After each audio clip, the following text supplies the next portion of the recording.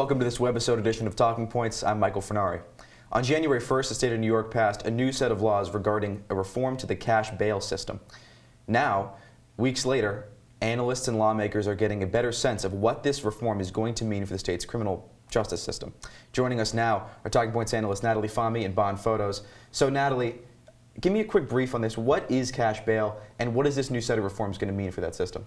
Okay, so previously cash bail is when you're awaiting pre-trial, you can pay cash to bail out and go wait at home before your trial. But now lawmakers are saying this is going to allow people to pay in dividends, so even the people who perhaps aren't as wealthy are able to go home with their families, continue working to support their families, whereas before they'd have to wait behind bars for their pre-trial. This is all part of their efforts to stop economic injustice. Got it. So what is exactly the argument for this, for the Democrats? They've been the ones pushing this plan. What is their argument here?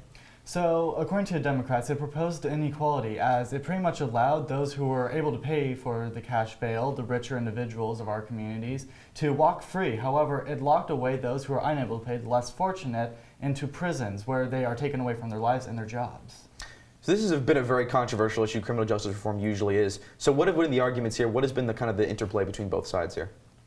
So backers are saying that this is actually going to be a good thing because, again, it's going to stop this economic injustice that's been going on in this country. They're saying that it's going to allow people to continue to go home and work and to support their families, whereas the people who are against it are saying that it's a bad idea because it could allow potentially dangerous people to be released earlier than they should be released. It's also saying, they're saying, you know, people who are victims and witnesses, namely, might be victims of retaliation if these people, potentially dangerous people, are released. So what kind of pushback has this been facing? So most of the pushback is from civilians and officials who believe that now we have suspects of theft, assault, and aggravated harassment now on our streets, dangerous individuals, and most of the fear might also be an underlying of the less fortunate who are more stuck in the fact of they have to participate in more illegal activities to gain a source of income.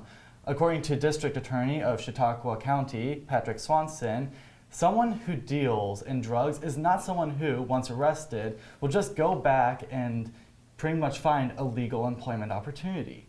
So, in a sense, it's mostly people are afraid of the fact that individuals who normally would be in prison under cash bail system are now part of your community up until their trial.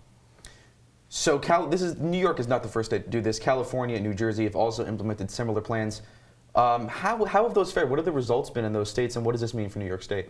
All right, so New Jersey implemented this plan in 2017, a few years ago, and now research is showing that there's been a 40% drop in detainees during the pre-trial period, and people are just as likely to show up for their trials as they were before. And most of all, which has been the biggest worry perhaps, is that there is no spike in crime since this went into effect. So those people who are getting released based off this cash bail, the new cash bail reforms, are not going out there and committing more crimes.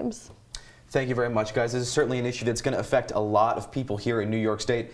Thank you for tuning into this webisode edition of Talking Points. Be sure to tune in to the full show Mondays at 7:30. For Bond Photos and Natalie Fahmy, I'm Michael Furnari. Thank you for watching.